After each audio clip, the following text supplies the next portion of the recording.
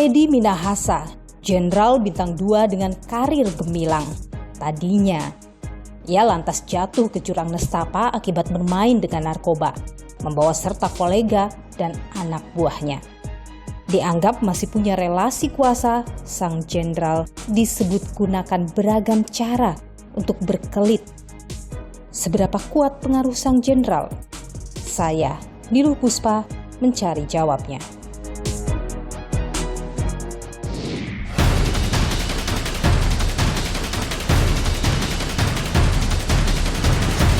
Saudara kan bilang ini transaksi 2 kali, lalu di poin 8 saudara bilang 1 kali tanggal 26. Siapa yang suruh merubah itu? Itu termasuk informan atau informaniko atau apa namanya itu? Keberatan saya mulia. Saya tanya, Anda jawab 60 juta itu imbalan Anda dalam konteks jual beli narkoba? Keberatan yang mulia. Kalau 1 ton kirim ke sini, Pak Teddy-nya minta fee 100 miliar. Ini saya yang ngomong apa saudara gantian? Jangan ngototin saya ini saksi.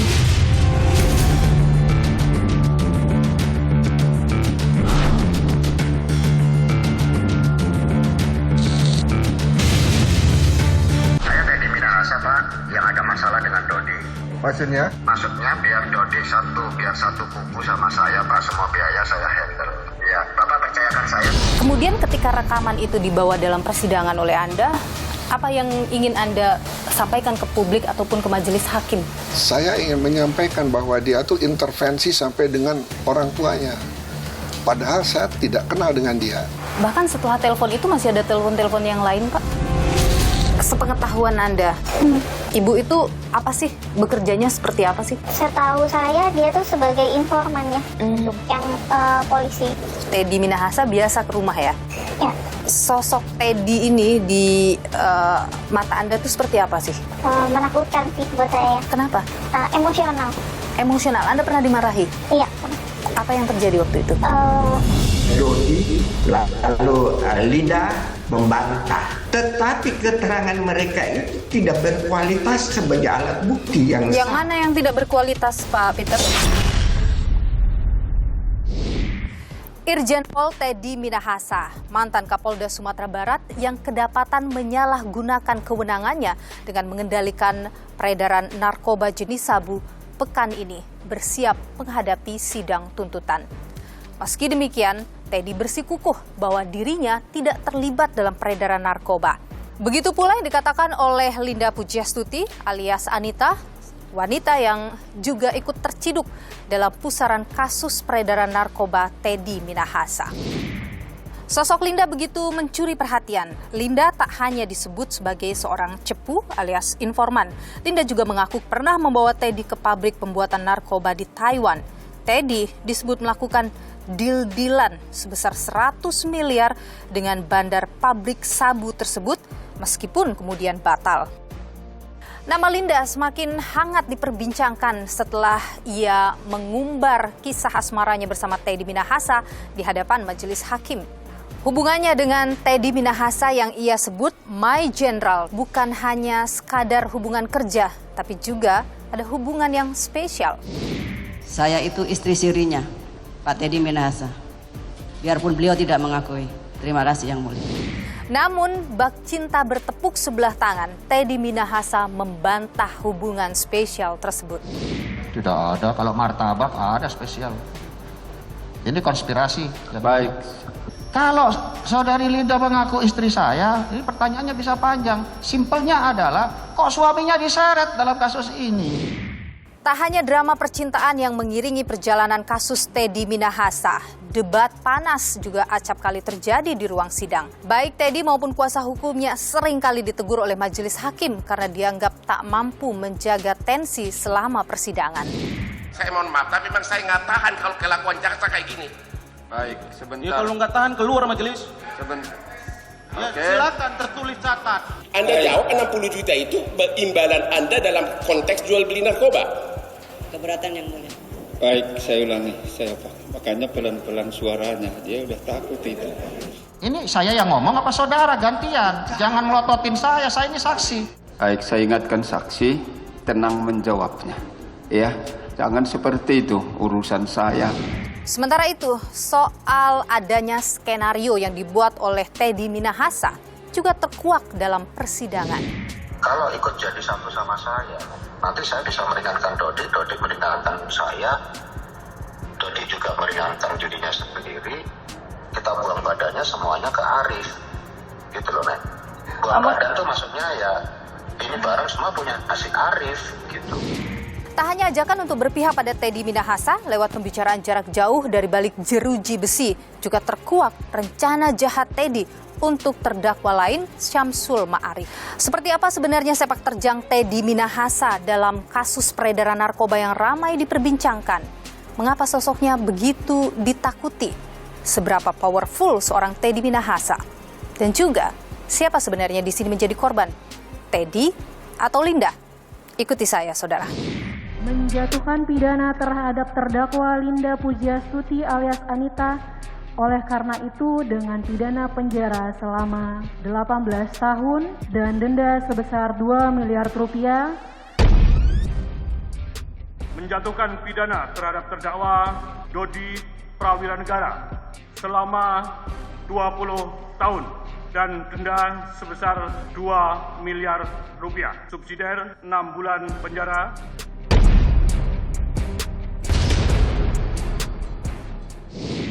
Saudara, saya mendapat informasi bahwa tadinya anak dari Linda Pujiastuti rencananya dihadirkan dalam persidangan, namun kemudian batal dilakukan karena ada ketakutan dan kekhawatiran yang besar terhadap Teddy Minahasa. Seberapa besar sebenarnya pengaruh Teddy Minahasa dalam kehidupan Linda dan juga intervensinya dalam kasus ini? Kita coba perbincangan, saudara. Sudah bersama dengan saya ada anak dari Linda Pujiastuti, salah satu terdakwa dalam kasus peredaran narkoba Teddy Minahasa. Saya harus menyamarkan identitasnya demi keamanan narasumber saya. Terima kasih Mbak sudah bersama dengan Nilu. Sehat selalu Mbak. Sehat. Anda mengenal Teddy Minahasa? Iya, mengenal. Seberapa sering Anda bertemu dengan Teddy? 2 kali bertemu. Pertama kali bertemu itu sewaktu saya masih SMP. Itu yang kedua itu di tahun 2020. Waktu pertemuan pertama waktu masih SMP itu dalam konteks apa pertemuan itu? Saya bertemu pada saat saya baru pulang sekolah itu, terus ketemu beliau gitu di rumah. Ya, ketemu. Artinya Teddy Minahasa biasa ke rumah ya? Ya.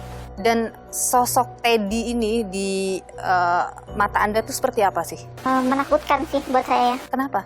Emosional. Emosional. Anda pernah dimarahi? Iya, pernah.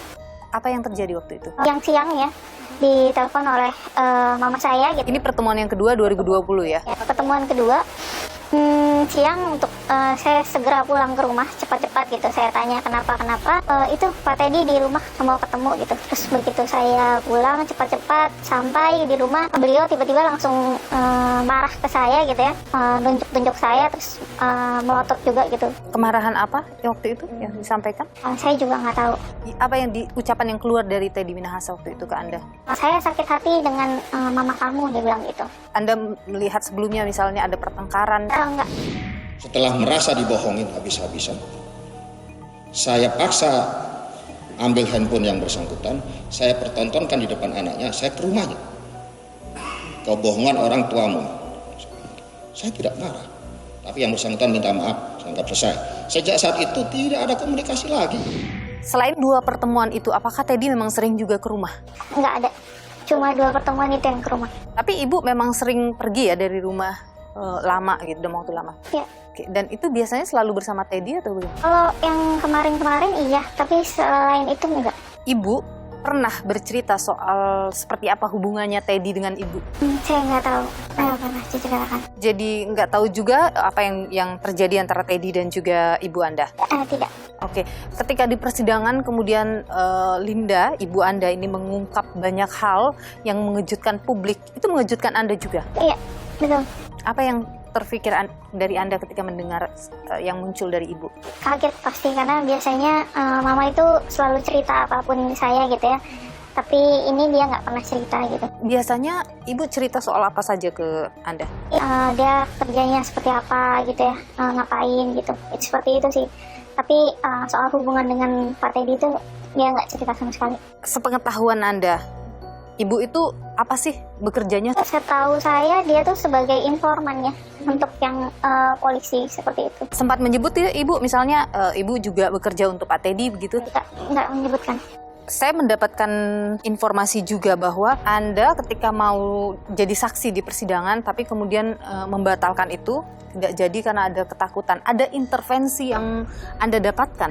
Nah, intervensi sebenarnya enggak, cuma saya masih ingat ya pressure yang saya terima pada saat saya pulang ke rumah itu, arogansinya beliau seperti apa, dan saya takut itu akan kena ke saya lagi atau ke keluarga saya yang lain gitu. Selain bertemu langsung seperti itu, pernah mungkin ia meluapkan kemarahan juga melalui pesan singkat dan sebagainya ke Anda?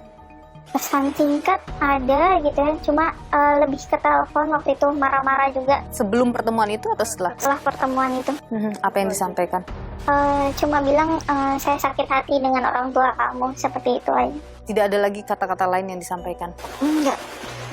Setelah kasus tertangkapnya ini, pernah ditelepon oleh entah itu oleh orangnya Teddy atau Teddy-nya sendiri? Enggak. Tidak pernah ditelepon juga? Sebelum kasus ini, Ibu pernah cerita tentang sesuatu hal misalnya?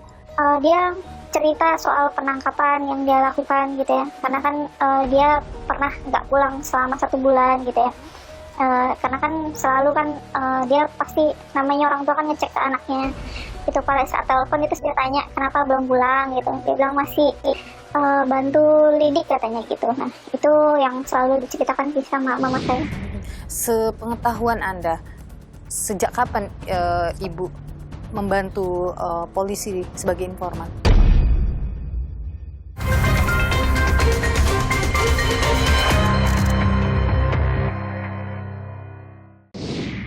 Sepengetahuan Anda, sejak kapan Ibu membantu polisi sebagai informan? Oh, udah lama sih. Seingat Anda? Saya nggak tahu pasti tahunnya, tapi beberapa tuh yang 2018, 2019 itu saya masih ingat. Ada penangkapan-penangkapan yang diceritakan oleh Ibu, itu bagian dari pekerjaan dia. Oke, tadi cerita soal yang 1 bulan menghilang, itu yang tahun berapa itu? Kalau nggak salah 2019 ya kalau nggak salah. Itu Batam. Kemudian yang sempat disebut oleh Ibu Anda juga di persidangan soal berada di laut selama 2 bulan ya kalau saya tidak salah, itu diceritakan ke Anda juga? Diceritakan secara spesifik tidak, cuma setelah pas pulang saya tanya kenapa 2 bulan nggak pulang gitu ya. Dia bilang lagi ikut ke Laut Cina Selatan. Ibu Anda ke Taiwan misalnya, pernah diceritakan ke Anda? Iya. Apa yang disampaikan waktu itu? Terus saya tanya kemana, dia bilang ke Taiwan gitu. Terus saya tanya urusannya apa, waktu itu belum ngomong gitu. Terus tapi pas waktu di Taiwan itu mama telepon gitu, untuk ini belum pulang gitu. Terus saya tanya ada urusan apa, katanya PM lagi negosiasi, bilangnya seperti itu. Yang disebutkan dalam persidangan itu ya, soal negosiasi ke pabrik sabu itu ya? Betul. Tapi Anda waktu itu tidak tahu? Tidak tahu. Apa tujuan? Iya, tapi pas diceritakan setelah pulang itu, Bapak Teddy gitu, negosiasi di sana gitu, minta disisihkan gitu, dan minta 100 juta itu 100 miliar. 100 miliar, iya. Itu saya bilang, selalu bilang jangan seperti itu. Terus dia bilang, mama juga bilang ya dia nggak mau, tapi si Pak Teddy-nya minta seperti itu gitu. Ibu biasa menyebut Teddy Minahasa ini dengan sebutan apa? Kadang kalau sama saya kadang Bapak TM, kadang Bapak Jenderal gitu. Sepengetahuan Anda nih, Ibu mengenal petinggi-petinggi ini kan banyak yang dikenal petinggi-petinggi kabarnya. Itu dari mana sih? Oh, saya nggak tahu. Oh, nggak tahu soal itu. Selain Teddy Minahasa, ada juga misalnya petinggi lain yang sempat diceritakan? Enggak. Tentang hubungannya dengan Dodi misalnya, itu sempat disampaikan juga? Enggak juga. Nggak pernah cerita? Pernah cerita. Jadi satu-satunya yang Anda tahu adalah hubungan antara Teddy Minahasa dan Ibu ya, begitu ya. Di luar dari itu Anda nggak pernah dengar ceritanya? Enggak. Jadi kalau kita lihat kan dalam persidangan ini, Ibu Anda sangat disorot dengan melalui pernyataan-pernyataan yang keluar darinya, baik itu terkait dengan disebutkan soal pernikahannya. Anda mengetahui soal itu? Enggak tahu. Tidak tahu soal pernikahannya. Kemudian soal perjalanan ke Taiwan, soal Laut Cina Selatan itu, dan pernyataan-pernyataan itu kemudian dibantah oleh pengacara dari Teddy Minahasa, bahkan oleh Teddy Minahasa sendiri. Anda berkeyakinan Ibu Anda jujur? Jujur. Apa yang membuat Anda yakin? Mama itu sosok yang selalu cerita apa adanya sama anak-anaknya gitu. Dia selalu bilang ke kita anak-anaknya apapun yang terjadi itu jujur yang utama. Teddy Minahasa kan sempat tadi Anda sebutkan ngomong bahwa dia kecewa dengan ibu Anda. Artinya ada hal yang tidak cocok. Artinya dari dulu sering ada ketidakcocokan antara Teddy dengan ibu. Kalau sering atau enggak saya nggak tahu ya. Tapi namanya orang kan kalau itu cekcok itu biasa. Kalau menurut saya gitu. Anda yakin bahwa ibu banyak membantu Teddy? Iya. Dan kalau sekarang dikatakan bahwa Linda banyak berbohong? Kalau buat saya Mama adalah sosok yang jujur sih. Sebelum ataupun setelah penangkapan kasus ini bergulir, sempat bertemu dengan ibu? Iya. Apa yang disampaikan? Pasti Mama itu minta maaf sih. Kenapa bisa ada kejadian seperti ini gitu ya. Itu selalu minta maaf sih ke anak-anaknya gitu. Ada hal lain yang disampaikan, misalnya dia merasa tertekan atau dia ditekan atau dia diintervensi? Itu nggak ada sih. Cuma mungkin karena dia stres berat aja di situ. Dan hanya permintaan maaf yang keluar? Iya. Anda berkeyakinan bahwa kejujuran yang disampaikan oleh ibu Anda ini akan bisa membantu ibu? Saya harap iya. Anda 3 bersaudara. Tentu setelah ibu dalam kasus ini bertiga ngobrol dong. Iya. Apa yang kemudian jadi pembahasan? Apa yang harus kita lakukan pasti gitu. Kita anak-anaknya tetap dukung Mama apapun yang terjadi gitu. Karena kita tahu Mama itu sudah jujur di dalam persidangannya. Mama itu punya impian bahwa dia tidak mau menyusahkan anak-anaknya di hari tua gitu. Jadi kalian akan tetap mensupport apapun yang terjadi. Tuntutan dibacakan oleh jaksa penuntut umum, tapi penentu akhir nanti adalah vonis dari hakim. Apa yang Anda dan juga saudara lain harapkan dari vonis nanti hakim? Semoga mendapat keringanan sih, keringanan hukuman. Bukan bebas? Kayaknya itu nggak mungkin, tapi ya seringan-ringannya. Jadi yang paling adil untuk ibu adalah? Mendapatkan keringanan. Mendapatkan keringanan hukuman. Baik, kalau bertemu dengan ibu, Mbak biasanya bilang apa ke ibu? Kalau mungkin sekarang ada ibu juga di sini. Nggak usah mikirin anak-anak gitu ya. Kita akan selalu tunggu Mama pulang. Itu aja. Baik.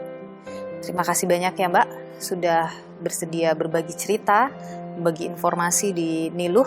Sehat selalu, tetap semangat. Makasih ya Mbak. Saya Teddy Minahasa, Pak, yang ada masalah dengan Dodi. Iya, ada apa? Maksudnya biar Dodi satu buku sama saya, Pak. Semua biaya saya handle. Istri dan juga ayah dari Dodi membawa bukti rekaman. Anda meyakini itu akan bisa membantu Dodi dalam kasus ini? Sangat yakin. Bagaimana mungkin seorang Teddy Minahasa tidak bersalah, tapi dia menelpon Pak Maman selaku seniornya ya, yang harusnya dihormat, tapi dia menelpon dan mengajak bergabung. Itu kan tidak respect sebenarnya. Itu satu. Yang kedua, dia kalau mengatakan dia benar hanya untuk menjebak Linda, kenapa sepertinya ketakutan untuk buang badan, mencabut kuasa saya, terus desakan penuh desakan di dalam teleponnya ke Bu Rahma. Itu kan menunjukkan bahwa dia bersalah sebenarnya. Ada kepanikan. Ada ketakutan. Dalam persidangan 15 Maret 2023 lalu, ayah dan juga istri Dodi Prawira Negara membuka hasil rekaman percakapan antara Teddy Minahasa dengan ayah maupun istri Dodi.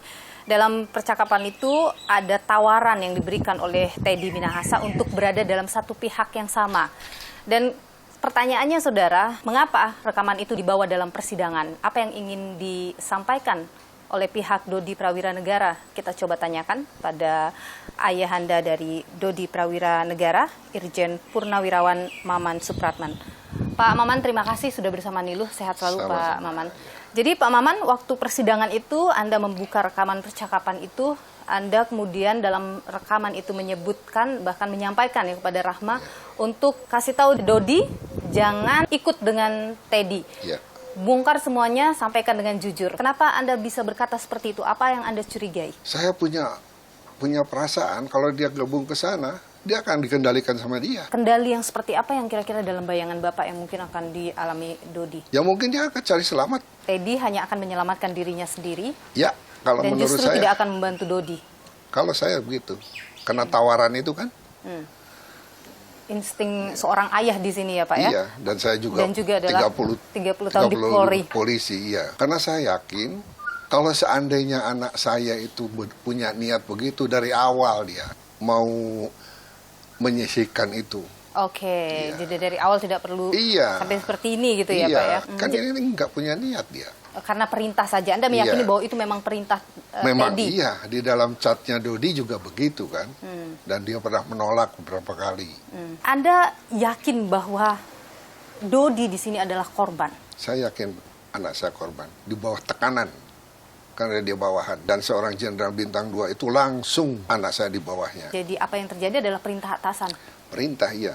Yang tidak bisa ditolak? Dodi sudah menolak. Di dalam WA-nya kan Dodi sudah menjelaskan kan. Kan dari pihak pengacara menyebut bahwa dalam WA itu tidak ada kalimat perintah begitu. Hanya emotikon yang dikirimkan. Bagaimana tuh Pak? Sekarang atasan bilang sama bawahan, tolong ya sisihkan. Apa itu bukan perintah? Bahasa perintah itu. Meskipun kemudian setelah ditolak dikirimkan dengan emotikon, Anda tetap bahwa itu adalah perintah. Perintah itu, ya. Kemudian ketika rekaman itu dibawa dalam persidangan oleh Anda, apa yang ingin Anda sampaikan ke publik ataupun ke majelis hakim? Saya ingin menyampaikan bahwa dia tuh intervensi sampai dengan orang tuanya. Padahal saya tidak kenal dengan dia. Dan saya tidak pernah lihat dia. Dodi tidak pernah membicarakan soal Teddy juga ke Bapak misalnya? Sebelum kasus ini terjadi pun, Dodi tidak pernah mengeluhkan soal Teddy ke Bapak? Iya, tidak. Memang tidak pernah juga Dodi berbicara soal pekerjaan atau bagaimana Pak? Kalau pekerjaan sering pekerjaan. Cuman ini aja yang dia tidak lapor saya. Kira-kira kenapa ya Pak sampai tidak berani melaporkan hal seperti itu? Saya kurang tahu itu. Apakah dia dalam tekanan? Bahkan setelah telepon itu masih ada telepon-telepon yang lain Pak? Atau dari pihak yang lain yang representasi dari Teddy? Ada juga, tapi ya tidak saya angkat. Setelah ada kejadian itu, saya tutup telepon itu, siapapun saya nggak angkat. Istri Dodi pernah bercerita ke Bapak misalnya ada telepon-telepon lanjutan? Enggak. Nggak pernah juga ya? Oke. Tapi apa yang paling Anda harapkan dari tuntutan akan segera datang untuk putra Bapak? Dodi kan mengajukan CC. Dan katanya ini sudah sampai ke Kejaksaan Agung. Saya hanya mohon aja dapatnya JC itu segera turun. Karena anak saya sudah membuka kan, sudah berkata jujur apa adanya yang dia alami. Perlindungan seperti apa yang Bapak harapkan? Saya kira yang wajar aja lah. Memang sebagai tersangka ya. Tapi saya yakin anak saya itu bukan pemakai. Kan di dalam persidangan bilang, sepeser pun anak saya nggak dapat apa-apa dari situ. Hanya menjalankan perintah saja. Yang paling adil untuk Dodi apa Pak? Saya kira itu urusan majelis hakim. Saya akan melihat nanti aja bagaimana putusan terbaik untuk anak saya. Baik, Pak Irjen Purnawirawan Maman Supratman, ayahanda dari Dodi Prawira Negara. Terima kasih sudah berbagi pandangan dan juga informasi di Niluh, Pak Maman. Sehat selalu.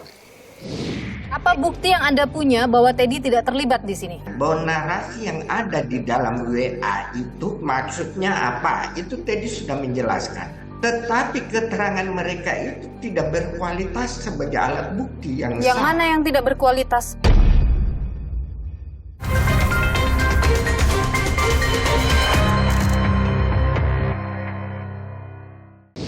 Saudara, Teddy Minahasa membantah keterlibatan dirinya dalam kasus peredaran narkoba yang saat ini sedang bergulir. Ia juga menyangkal kesaksian dari seluruh para terdakwa yang hadir dalam persidangan. Ia juga mengaku bahwa dirinya adalah korban dalam kasus ini. Seberapa yakin Teddy Minahasa bisa lolos dalam perkara ini dan bagaimana pula kesiapannya menghadapi sidang tuntutan pekan ini, saudara. Kita perbincangan hal ini bersama dengan tim kuasa hukum dari Teddy Minahasa, ada Pak Peter Talawai. Pak Peter, terima kasih sudah bersama Niluh, sehat selalu. Sehat. Pak Peter, klien Anda ini, Teddy Minahasa, membantah keterangan dari terdakwa lain yang juga hadir sebagai saksi dalam persidangan. Ia juga menyebut dirinya sebagai korban. Kenapa bisa seperti itu? Bicara barang bukti, bicara transaksi, bicara fisik daripada perbuatan Teddy itu tidak ada. Yang ada hanya satu adalah hasil chatting di WA. Itu yang dijadikan petunjuk oleh jaksa seolah-olah Teddy terlibat. Apa bukti yang Anda punya bahwa Teddy tidak terlibat di sini? Bahwa narasi yang ada di dalam WA itu maksudnya apa? Itu Teddy sudah menjelaskan. Kayak Dodi, lalu Linda membantah. Tetapi keterangan mereka itu tidak berkualitas sebagai alat bukti yang Yang sah. mana yang tidak berkualitas, Pak Peter? Karena mereka itu adalah terdakwa juga selain saksi. Padahal menurut jurisprudensi Mahkamah Agung, saksi mahkota ini melanggar KUH, melanggar HAM.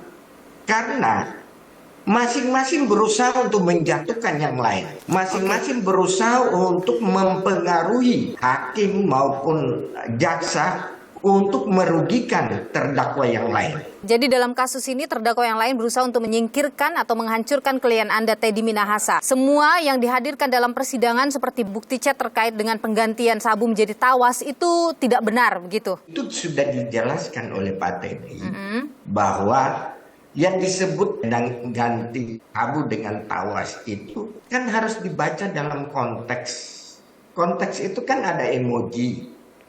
Maka mengapa kita hadirkan psikologi forensik untuk menjelaskan itu, bahwa emoji itu berbeda dengan perintah. Jadi satu keadaan yang tidak bisa dianggap seperti hal yang serius, perintah. Karena sudah dijawab juga oleh Dodi dengan emoji juga. Dan juga mengatakan tidak berani. Nah kalau begitu lalu apa yang dipakai lagi sebagai ukuran? Mengatakan Pak Teddy itu terlibat.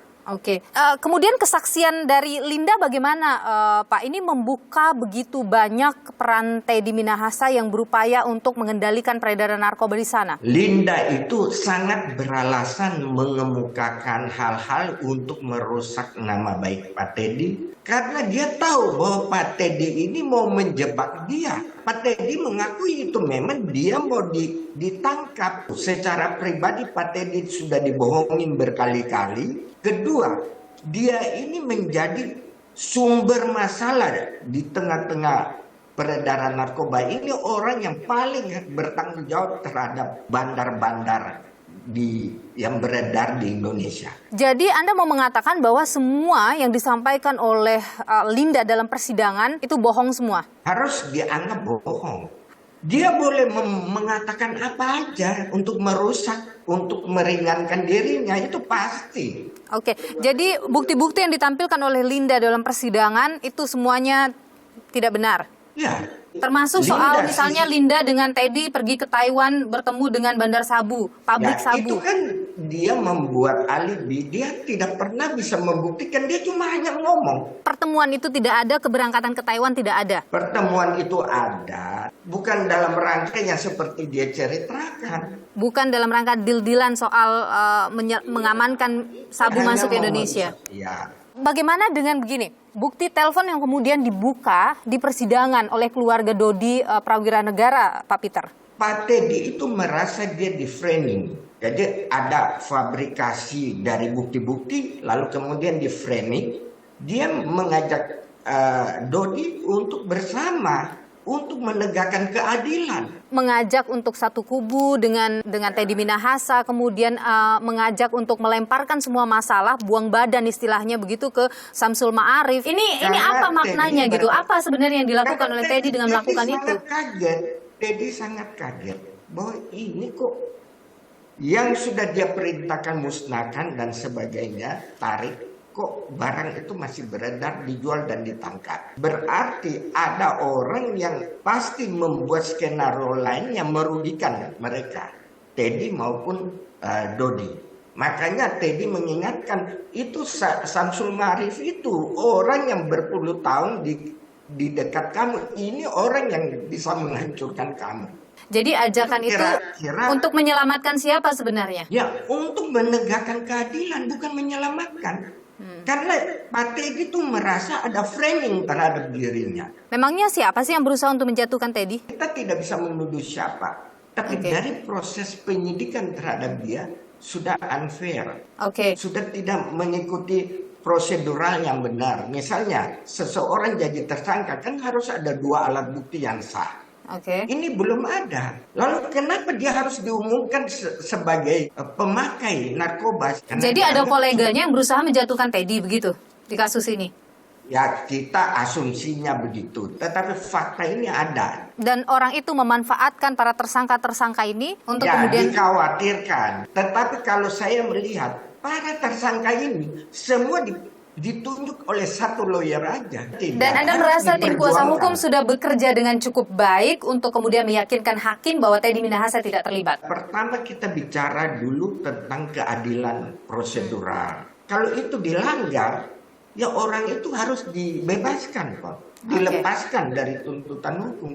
Jadi Anda berharap Teddy Minahasa bebas dalam perkara ini? Ya, kita berharap. Baik. Pak Peter Talawi, tim kuasa hukum dari Teddy Minahasa, terdakwa dalam perkara peredaran narkoba. Terima kasih sudah bersama dengan Niluh. Sehat selalu Pak Peter. Terima kasih. Oknum polisi terlibat dalam kasus peredaran narkoba, ini memang ada sedemikian banyak, memang sedemikian menggiurkannya narkoba ini. Ini adalah bisnis ilegal yang menghasilkan uang paling besar dibandingkan bisnis ilegal lain.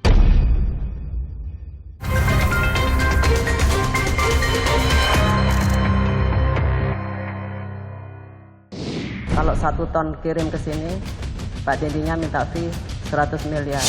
Siapa yang suruh merubah itu? Ini saya yang ngomong apa saudara gantian? Jangan melototin saya ini saksi.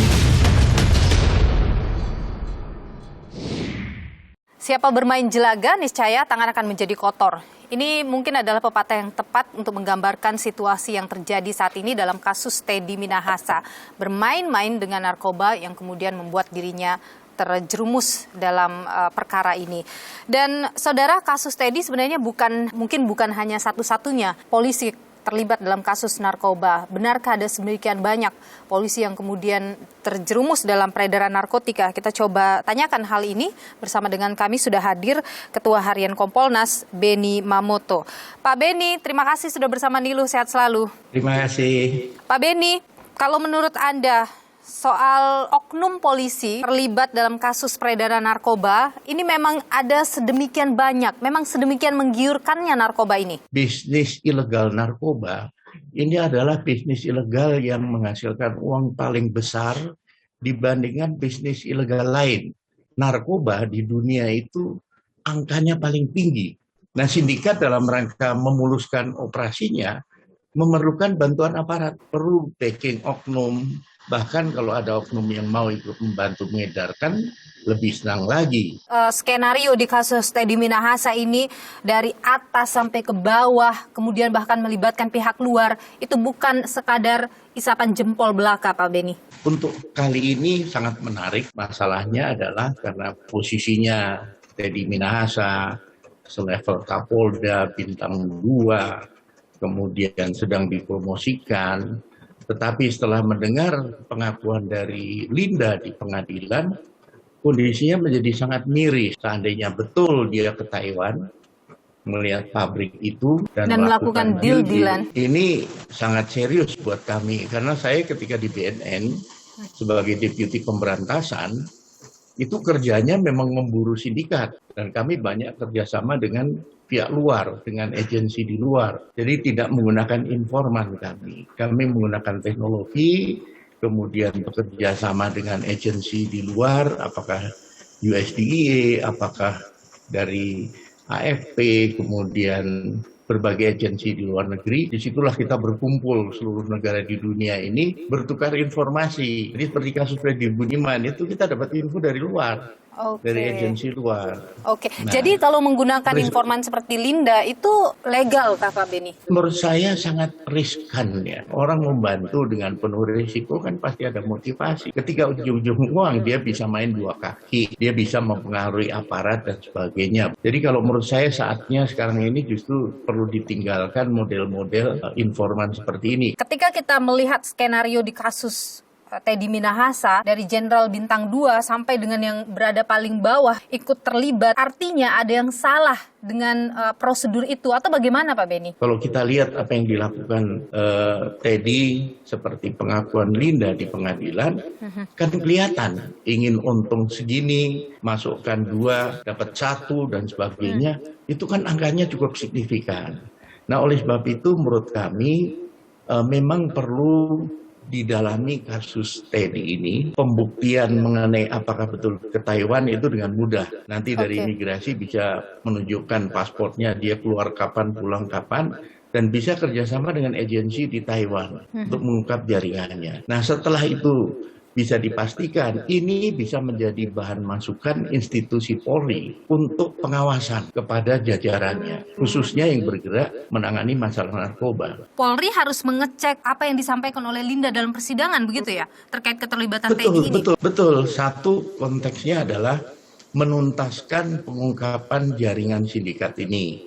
Yang kedua, untuk bahan nanti sidang kode etik. Dia keluar negeri tanpa izin, misalkan, tentang operasi ini dan sebagainya. Nah, itu akan nanti memperberat pada sidang kode etik. Pak Beni, apa yang terbuka dalam persidangan membuat publik berpikir bahwa jangan-jangan semua jenderal, semua petinggi di Polri yang punya kuasa seperti Teddy, ini juga melakukan hal serupa, tidak terbongkar saja, makanya tidak ketahuan? Menurut saya tidak. Ini hanya oknum-oknum saja. Kembali, kata kuncinya adalah mereka tidak punya integritas, kedua serakah. Di tengah situasi ini tidak hanya berakhir di Teddy Minahasa, ada juga kasus penyalahgunaan narkoba yang dilakukan oleh oknum Polri. Melihat begitu banyaknya kasus yang melibatkan oknum Polri, apa yang harus dibenahi oleh Polri sekarang? Temuan kami banyak. Ada yang karena pergaulan, karena beban kerja, karena godaan, dalam keadaan stres dan sebagainya, dan ini sudah kami rekomendasikan kepada Bapak Kapolri kalau dia hanya penyalahguna narkoba agar di asesmen kemudian nanti dilakukan rehabilitasi. Tapi kalau yang terlibat peredaran narkoba tidak ada pilihan lain kecuali PTDH dan ajukan pidananya. Harus mengambil tindakan tegas karena yang mainkan juga sesuatu yang sangat besar, begitu ya Pak Beni ya? Betul. Irjen Pol Purnawirawan Beni Mamoto, Ketua Harian Kompolnas, terima kasih sudah berbagi pandangan di Niluh. Sehat selalu Pak Beni. Terima kasih. Keterlibatan oknum polisi dalam peredaran narkoba terus terjadi. Seberapa besar narkoba meracuni Korps Bayangkara? Berikut ulasannya untuk Anda.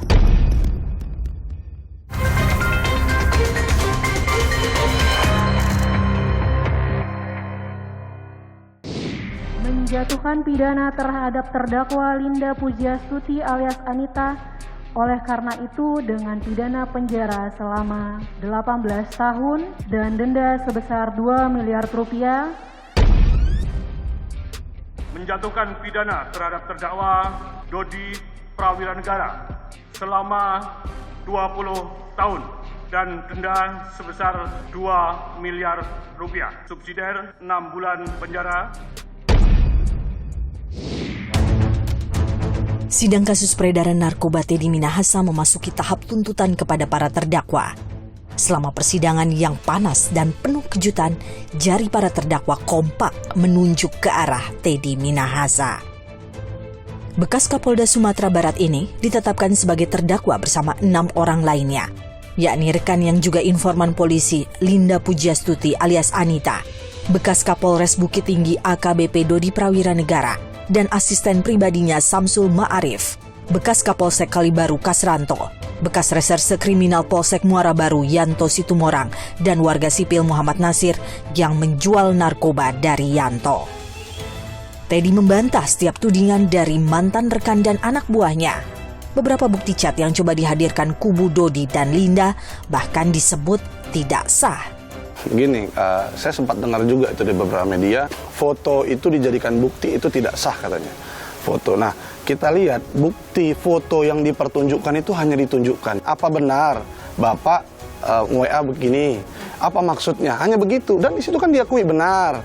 Di situ saya untuk mengetes Dodi. Bukti yang sesungguhnya adalah bukti yang disita oleh kepolisian yang dihadirkan oleh JPU, yaitu digital forensik. Gitu. Dan chat itu semua tidak dibantah oleh Pak Dodi. Dalam sidang terkuak pula fakta yang tak kalah mengejutkan. Teddy mengatakan anggotanya kerap sisihkan barang bukti sabu untuk dikonsumsi sendiri. Terkait dengan anggota polisi yang menyalahgunakan barang bukti, Polri membantahnya. Ini bukan kali pertama polisi ketahuan bermain dengan barang haram narkoba. Dari tahun ke tahun, anggota Korps Bayangkara yang menjadi pemakai bahkan pengedar terus naik.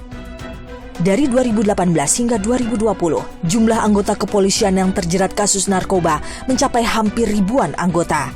Kala itu, Kapolri Jenderal Listio Sigit Prabowo mengancam akan memecat para anggotanya apabila mereka tak dapat diperingatkan lagi. Di 2023 ini masih ada saja polisi nakal yang tertangkap basah membawa atau memakai narkoba. Di Tapanuli Utara, Sumatera Utara, seorang oknum polisi ditangkap karena membawa narkoba saat berdinas. Ia diringkus di depan kantornya oleh rekannya sendiri sesama polisi. Sementara itu di Riau, anggota polisi berpangkat Aibda ditangkap di sebuah rumah bersama seorang pengedar narkoba usai ketahuan memakai sabu. Memberantas peredaran narkoba bukan hal mudah. Jaringannya luas dan terselubung. Oknum polisi juga kerap dicap sebagai pelindung. Di sini, kredibilitas penegak hukum diuji. Kuat iman, tahan godaan, dan pengawasan ketat institusi jadi kunci.